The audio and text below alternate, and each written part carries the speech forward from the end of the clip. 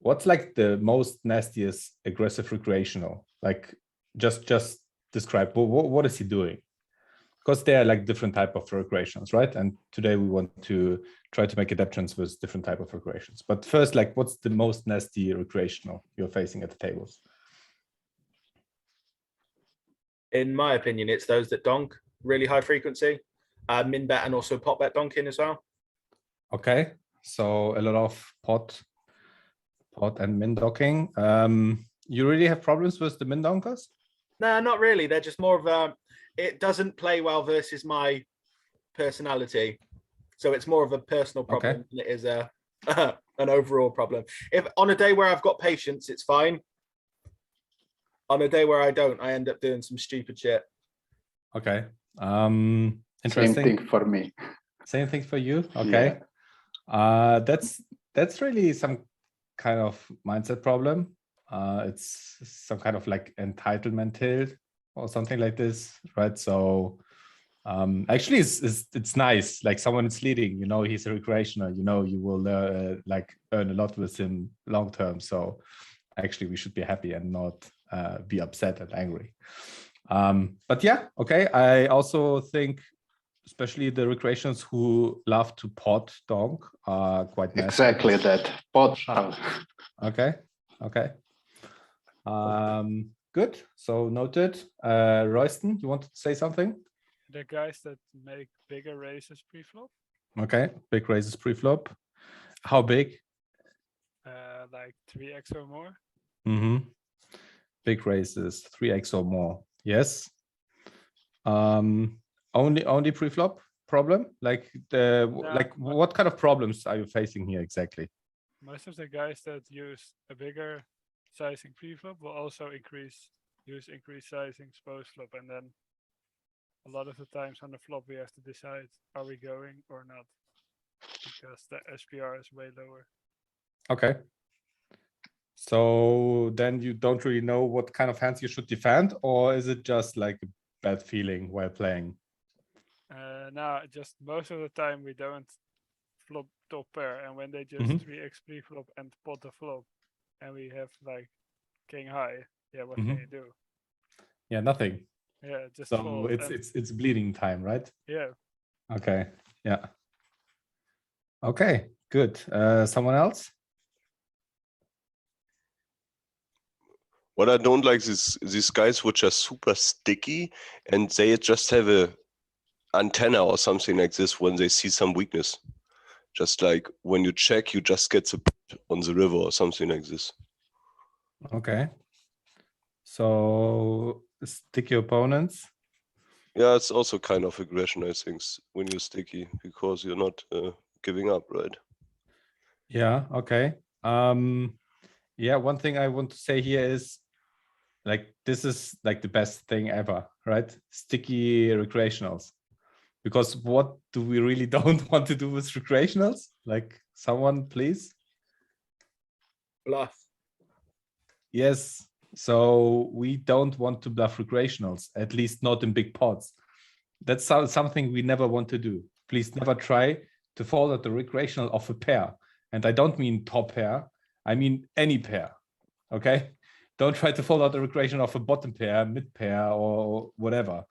And especially not with big sizings. If you bluff, then try to fold out maybe jack highs, 10 highs, or something like this, with small sizings to give yourself good odds. Okay, so this is, if you're playing like this, it's way better than like putting out the hammer and trying to fold out recreations from like relatively weak hands. No, this is what I don't try. I just play a small ball, right? Yeah, exactly. But exactly. Sometimes maybe it's also there's some momentum in set heads ups and something like this. This is what I think, right? Where you cannot do anything. And you always know, or it feels like you know, okay, this guy is potting 10 times in a row or something like this, and how can it be? And maybe it's also some frustration level or something like this. Yeah, of the course. variance is kicking in, and you really need to stay tight and try to play your game, right? Yeah, let's see if this is like the best. That's why we are here today, right? No. And I know exactly what you mean. It is very frustrating, right? So you both have 25 big blinds, you know, here's the big recreational, and you are nice and deep in a heads up. And then suddenly he has 35 big blinds and you have like 8, right? And you haven't played the pot because he was just 3xing, he was limping, and he's isoing, you fold, and you're raising, he's rejamming, and he's 3xing, you're calling, then he's pot betting, and you're folding just all the way down.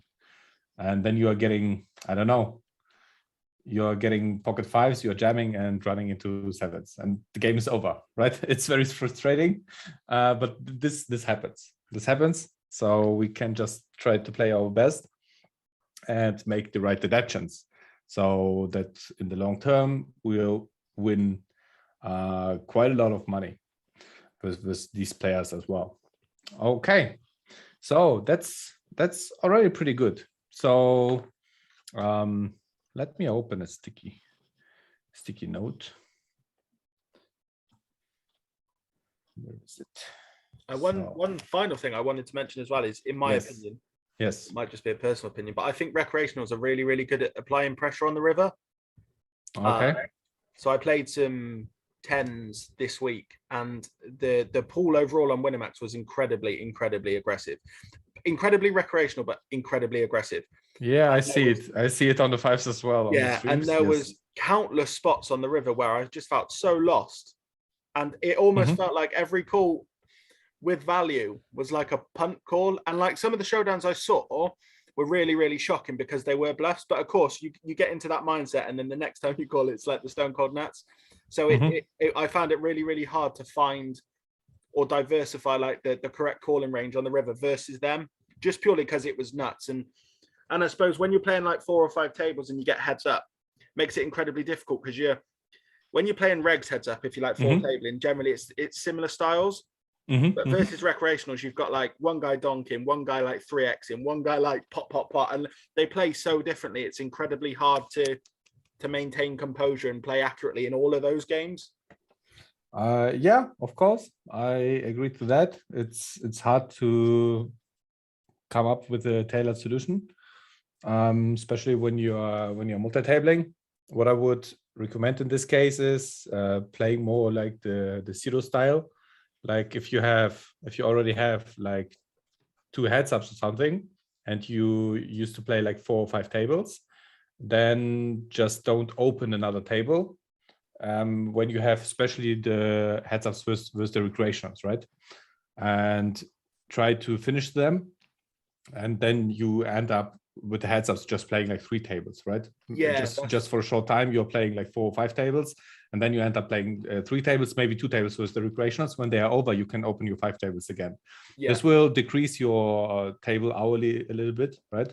But it will increase your win rate by quite a bit, because focus with the recreationals is the most important thing for your win rate.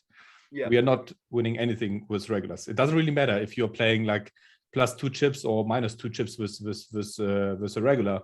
It's way more important if you are making +8 chips per hand with a recreational, or +4 chips per hand, right? So this is important. So heads ups with recreationals, I would highly recommend to reduce table count. Yes, so very, very good point. Okay, so let me sum it up. So what we had, like troublemakers, right? So these are our troublemakers. The pot donkers, the 3x plus raisers, and big sizings post flop, and then tough river situations. Okay, so we make it like this.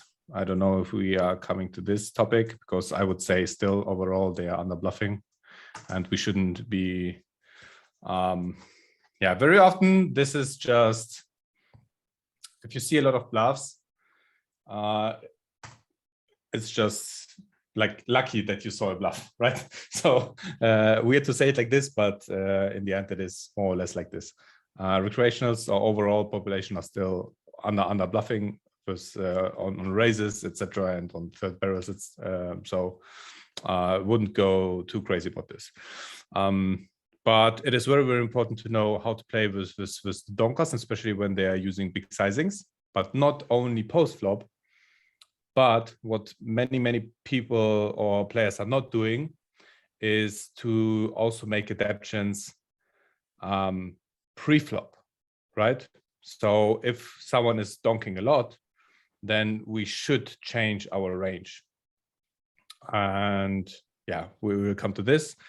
And then 3x razors, also very important. And then it is also important because not everyone is using big sizings post-flop, right? So there's a different. Players who are 3xing are also not always the same because they might play different ranges.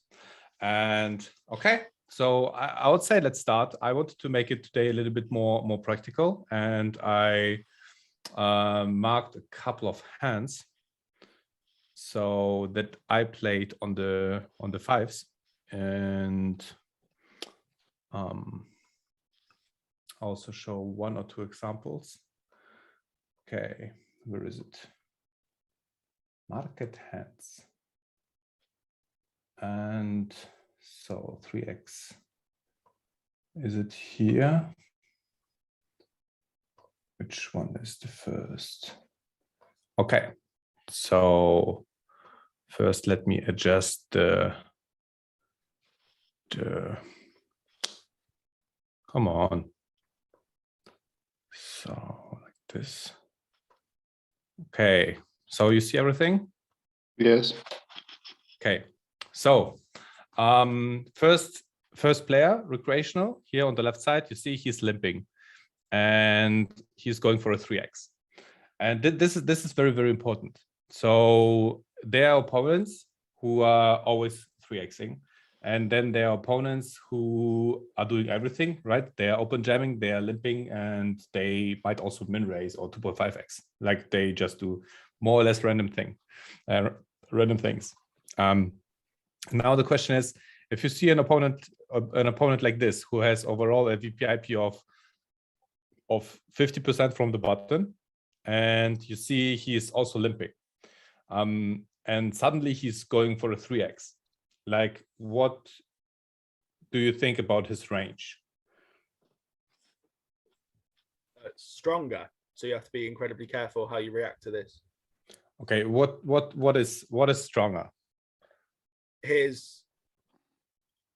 Well, if he's generally limping, well, he's playing 50. Well, I suppose he's playing 50%, but 3x sizing generally from recreationals most of the time I think is more premium hands, so a stronger range. Okay. So I don't think we need to overly adjust our calling range pre-flop from the big blind, but we need to be incredibly careful post-flop. Okay, so you're saying that his range is incredibly tight and you don't want to adapt your pre-flop range? Say that again, sorry. You said 3x is normally very, very tight, but you also said you don't want to adapt your pre-flop range. I don't want to adapt my pre-flop range too much because I believe we've got a big edge over recreationals post-flop. But what I will do is play post-flop very cautiously because I think he's got a tighter range. So I'm not going to immediately start overfolding from the big blind because we're already investing a third of it anyway if it's a 3x. But I'm going to be cautious and play the hand with caution post. But I wouldn't adjust it too much because I still think we've got an edge. I'm not going to call like 9-4 suited, for example, but I'll still call majority of my range in the big blind. What would be like your calling range here? Oh, come on, man. Yeah, that's important. That's important. That's quite important because this is a situation we are facing quite often, right? Yeah. And you need to know what kind of hands you are calling, right? So for example, do you call queen 6 suited here? Yes. Okay. Do you call every suited queen? No. So probably like queen 6 suited bottom range, like king 4 suited maybe. All of the suited connectors, all of my ace-x hands, and then obviously just range I'm in, like probably 6s plus. Okay. And ace X's, are you calling every ace X? Yeah. Okay. And what about the offsuited stuff? Yeah, down to like probably king 9 off. Okay. And like queen 9, jack 9, 10 9, they all play quite well. Okay. So this is the range. What about the deuces to 5s? I'll probably just flat call them, to be fair, and just set mine. Okay. And just and jack X, something like this. Yeah. What about the suited ones, the low ones? Probably down to like 6-5 suited. Okay. So something like this. Yeah. Okay. Suited these kings you are not calling? Nah, probably not, to be fair. Okay. Good. So let's keep this in mind. Someone has a different range here. Thanks, by the way. I personally would, yeah. To Okay. me, this appears like a super tight range, even Mhm. versus a 3x. I think suited kings, we can like I would personally call like even Okay. queen 4 suited plus, or even Okay. probably yeah, jack 6 10 6 9 6, even 5-4 suited, 6-4 suited, definitely. King 6 off plus. Okay.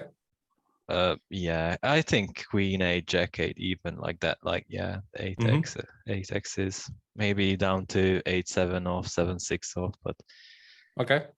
and this is already like massive adjustment from my side, actually. So Okay.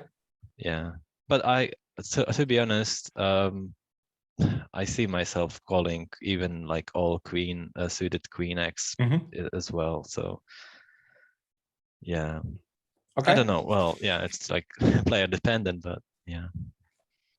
Yeah, but more or less, like with the average opponent who is 3xing, you would play like this. Yeah. Yeah. Okay. Good. Thank you.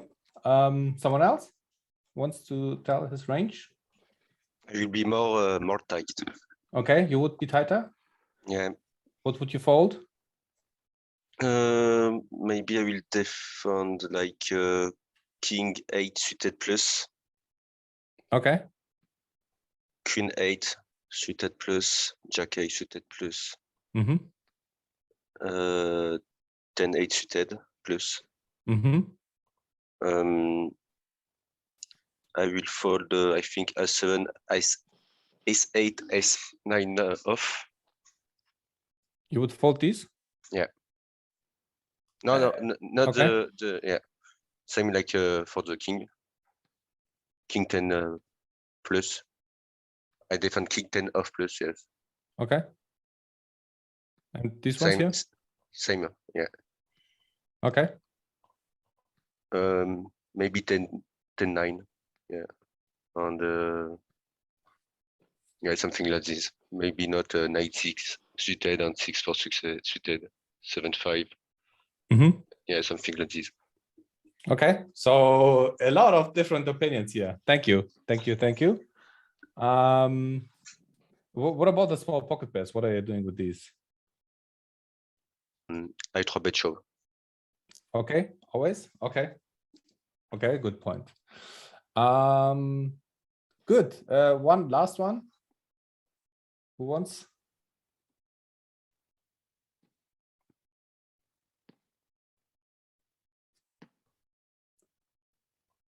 Okay, no one wants. Interesting. Yeah, that's like super interesting. That's super interesting, and a lot of different opinions. So quite surprised about the extremes, to be honest. This is quite extreme, but Aura's was I would say relatively extreme as well.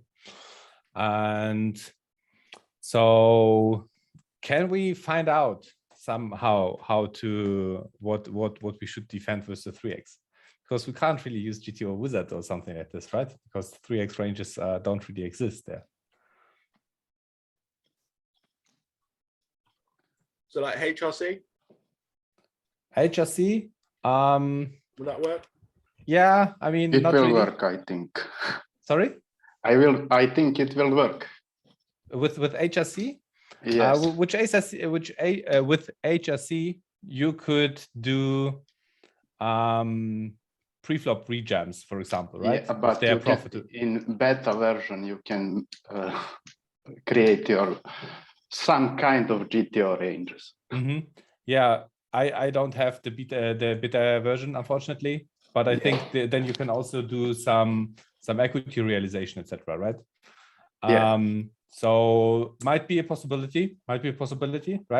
You could do that, but I think like software that people are using, like normally, there's not really too much we can do. So we kind of have to go with the logic, more or less, right? Yeah, I agree. And very important is our equity realization, right? So we still have relatively good odds, and even if someone is 3xing, and if we would realize 100% of our equity, we would still defend most of our range, right?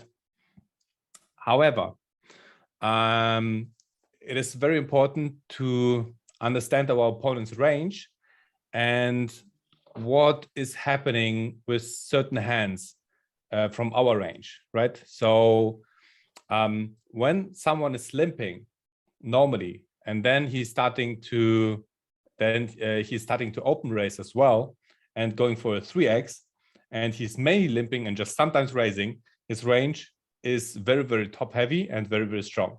It's not true for every 3xer, right? Because there are 3xers who just be random, or who would also 3x an ace 4 off, ace 7 off, or maybe queen 4 suited, or just super, super random. But on average, if someone is limping and raising, then his range is relatively strong, and that is just the top range, right? So it might look like this, and also like aces, kings included, and these ones probably even not, right? So the ranges are quite strong. Pocket pairs maybe a little bit looser with the pocket pairs, something like this.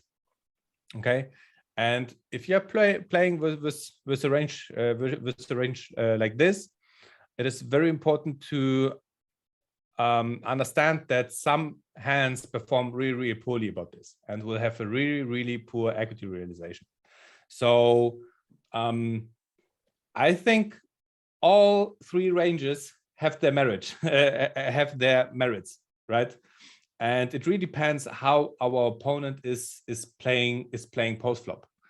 And for example, like king 6 offsuit is a hand that will perform really, really, really bad versus 3x range. And I think this is a hand we should just fold, right? And there's actually one thing we can do, and this is just taking a look, because at which position do we have 3x ranges in the spin and goes, right? There's a position. This is when we are out of position. So when we are folding and the small blind is 3xing, then look at the range here. Look at this range. Okay. And here we are in position. So in position, we have a way, way, way, way better equity realization than out of position. Correct? Really? Like everyone agrees here, right? Yes.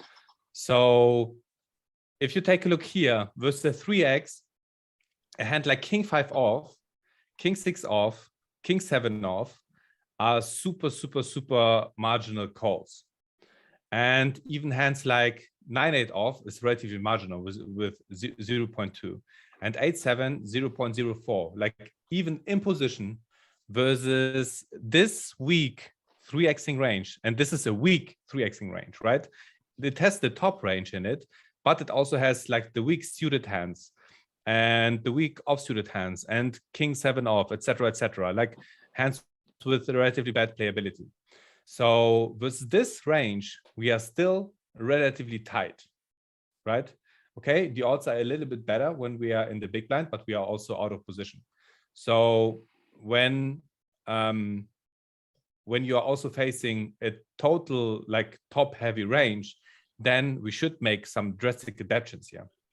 And honestly, I think that probably still not folding a suited king, but with the offsuited ones, with the offsuited hands, I would go pretty drastic and fold quite a lot. So I would even fold a hand like king 8 off.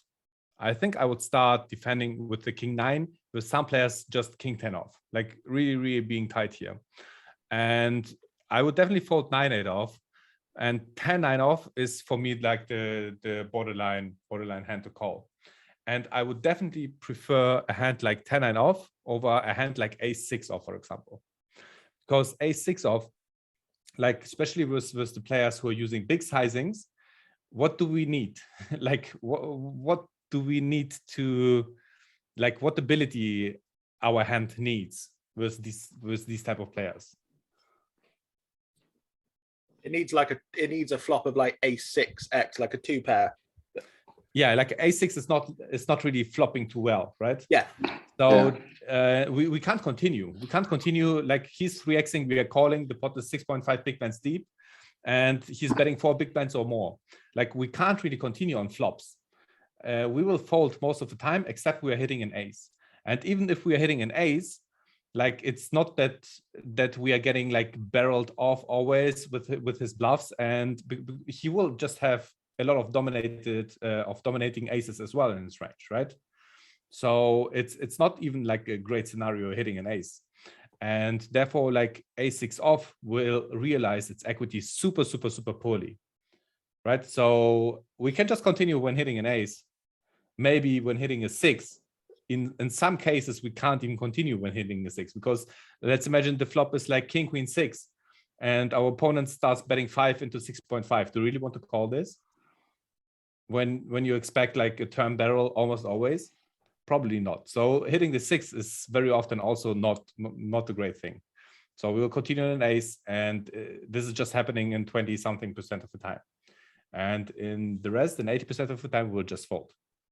And therefore, definitely consider, I definitely consider folding the ace deuce to maybe even ace-7 sometimes. It really depends on my opponent, but these have relatively bad playability. And they also, like ace deuce to ace-7, they are also not really hitting very often a mid pair, right? Quite often it will be a bottom pair. And with ace-8, it starts that you are hitting more frequently a mid pair, and also a little bit more frequently a top pair with ace-8, ace-9, ace-10, etc. Right? So these hands are way better to defend. They have way better playability, also with bigger sizings. And yeah, like really, if you have like a 2-fish game, and there's an aggressive recreational 3xing on the button, there's really not a shame to fold these hands. Even if they might be like slightly profitable, you might even skip the spot, because you will have like way better spots in the future, and just preserve the additional 3 big blinds in your range. Yeah. On the other hand, a hand like 10-9 off is a little bit less dominated, and is flopping okay, right? So 10-9 off is flopping pretty good with like pair plus something, right? And then we can continue with, we can go broke a little bit more frequently on flops. So 10-9 off is kind of borderline hand, but with some players, I would also fold 10-9 off and just start defending the offsuited broadways. I'm going a little bit looser with the suited kings, because having like hitting a top pair is very valuable, and we are sometimes dominated with the king X, but since it is suited, the playability goes up a bit, and I don't see too much of a difference between king deuce suited and king 4 suited or king 5 suited. So if you are calling king 5 suited, you should probably also call king 2 suited. It's not too much of a difference. But with the queen axis, I already start being way tighter, right? So I think it's not a shame to start playing like queen 8 suited and just playing like the very good suited connectors.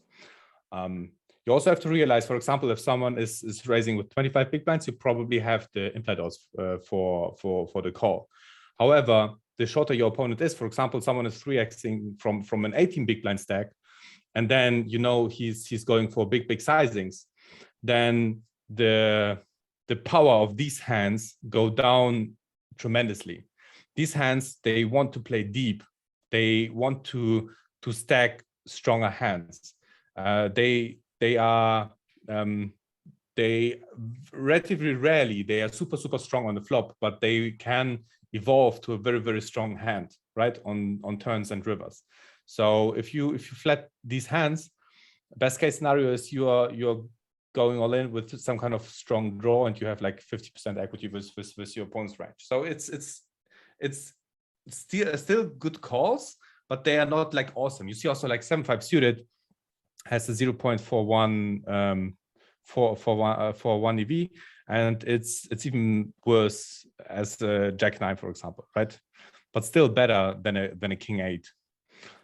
But when you are a little bit shorter, then the EV goes down quite a bit. Okay, so my range would be actually like on average, I would probably go something like this.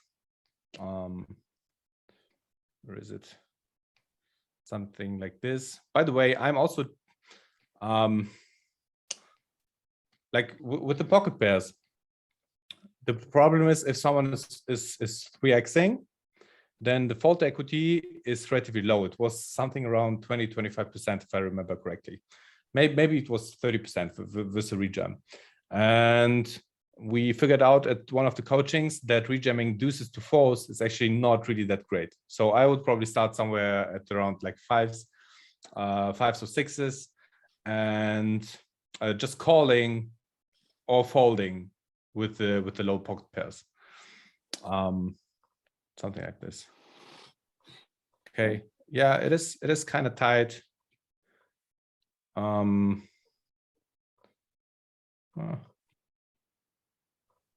Something like this.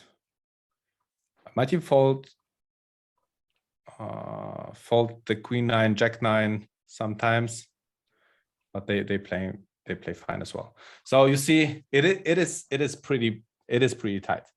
But you have to realize that most of these hands, if you're calling them, even in a GTO environment with top heavy range, they will be slightly profitable, right? And you might end up in in really awful situations. And with a Queen 7 to Queen deuce, again, it's almost the same as the offsuited aces. The second kicker, or like the kicker, is really bad because it doesn't flop very well. Like you might hit your bottom pair with this and can't even continue, right? Especially when you're facing more of a big sizing. So this is one of the adaptations I would definitely do with calling a 3x, especially if someone is using the big sizing. If there's an opponent who is then playing just honest post flop, then you can go looser. You can go with all of the ace X's, and you might also go here a little bit looser, and also with the suited that's a different story, right?